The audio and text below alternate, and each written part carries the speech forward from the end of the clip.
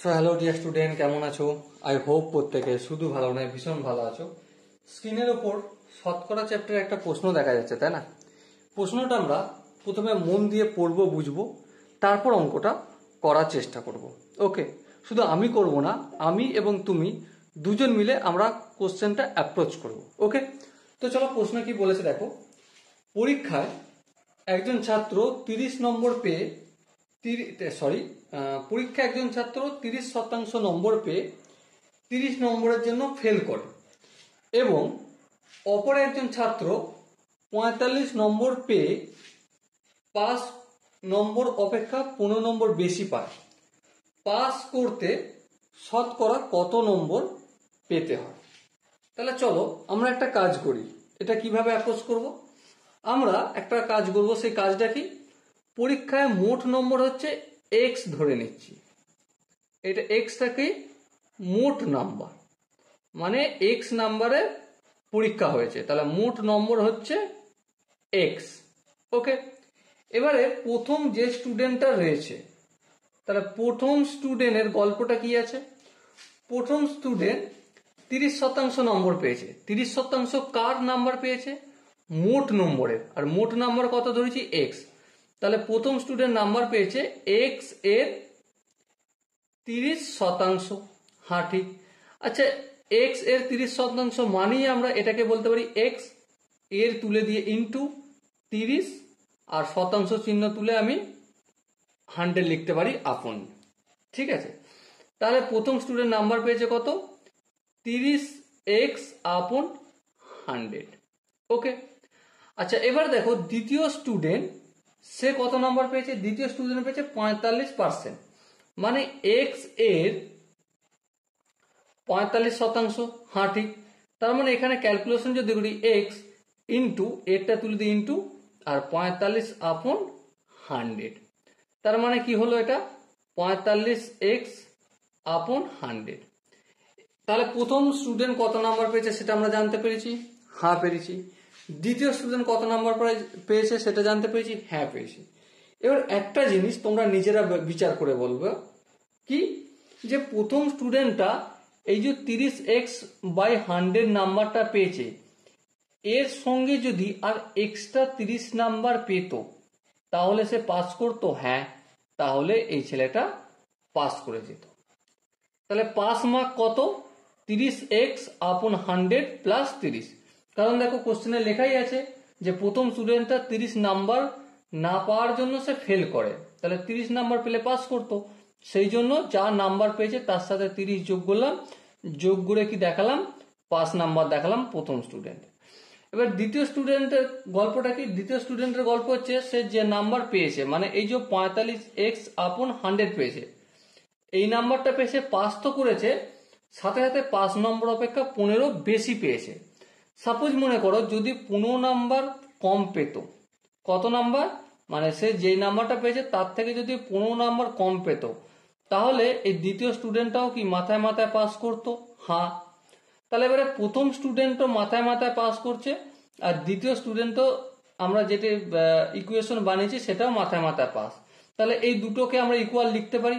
হ্যাঁ, লিখতে পারি, কারণ দুটোই হচ্ছে পাস নাম্বার।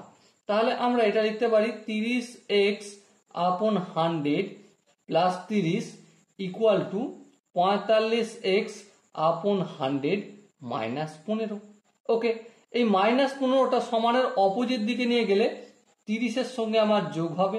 হ্যাঁ, আর এখানে যেমন ডান দিকে 45x আপন 100 ছিল, তার সাথে সাথে এই যে 30x আপন 100 এটা বাম দিক থেকে ডান দিকে নিয়ে যাচ্ছি, সেই জন্য সামনে কিছু চিহ্ন নেই, মানে প্লাস আছে, অপোজিট দিকে নিয়ে গেলে মাইনাস 30x আপন 100 করলাম।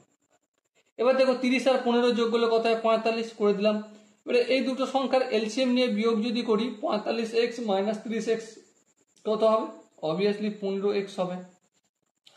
এরপর যে কাজটা করব সেটা লক্ষ্য করো, 100টা ভাগের আকারে ছিল, হ্যাঁ, অপোজিট দিকে পাঠাচ্ছি, গুণের আকারে করে দিলাম। এক্স এর সঙ্গে 15টা কি ছিল? গুণের আকারে, অপোজিট দিকে পাঠাবো, কি করব? ভাগের আকারে। আর এক্সটা ডান দিকে একা পড়ে আছে। 15 1 15, 3 15 কত? 45। তাহলে এক্স ইকুয়াল টু কত? 3 গুণিতক 100 সমান কত হলো 300। তাহলে এক্স এর ভ্যালু কত পেলাম 300। এবারে জিজ্ঞাসা করেছে কি পাস করতে শতকরা কত নাম্বার পেতে হয়। তাহলে পাস করতে আগে মোট কত নম্বর পেতে হয় সেইটা তো আগে জানি। হ্যাঁ জানি। পাস করতে আমি এই ইকুয়েশনটা নিতে পারি অথবা এই ইকুয়েশন যেটা খুশি নিতে পারো।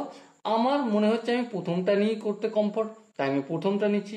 তোমার যদি মনে হয় তুমি দ্বিতীয়টা নিয়ে করতে কমফোর্ট, আনসার একই আসবে। ওকে, তাহলে 5 নম্বর কত 30x/100 প্লাস 30। হ্যাঁ ঠিক। এবার একটা গল্প করো এখানে। গল্পটা কি, এই যে 30 আছে ইন্টু এক্স ছিল, হ্যাঁ ইন্টুর সঙ্গে 300 করে দেবো, কারণ এক্স এর পরিবর্তে 300 লিখলাম, আপন 100 লিখলাম, প্লাস 30 লিখলাম। এবার দেখো এই শূন্য এই শূন্য এই শূন্য এই শূন্য কেটে গেল, তাহলে 30কে 3 দিয়ে গুণ করলে 90, 90 এর সঙ্গে আর 30 যোগ করলে 120। ওকে, তার মানে 5 নম্বর হচ্ছে 120। এবার একটা কথা বলো, শতকরা কত হবে? 120 যদি পায় 300-র মধ্যে, তাহলে সেই ছেলেটা পাস করবে। হ্যাঁ, তাহলে আমরা এভাবে লিখলাম 5 নাম্বারটা।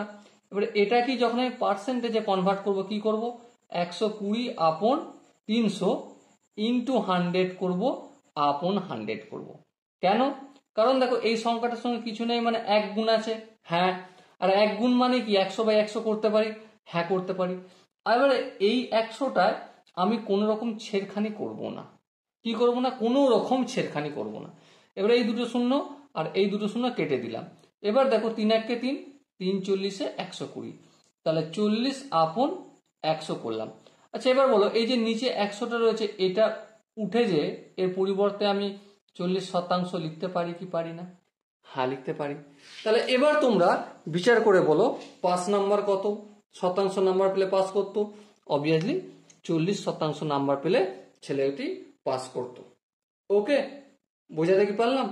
আই হোপ তোমরা প্রত্যেকে বুঝতে পেরেছো। সো ডিয়ার স্টুডেন্ট, এখানে যে অপশনগুলো রয়েছে তার মধ্যে কোন অপশনটা ঠিক? অবভিয়াসলি অপশন বি হবে আমাদের সঠিক আনসার। ওকে, আই হোপ এই কোশ্চেনের কনসেপ্টটা প্রত্যেকে বুঝতে পেরেছো। যদি কনসেপ্ট কোনো জায়গায় বুঝতে অসুবিধা থাকে, ডাউট থাকে, কনফিউশন থাকে, কি করতে হবে? একটাই কাজ, কমেন্টে জানাতে হবে।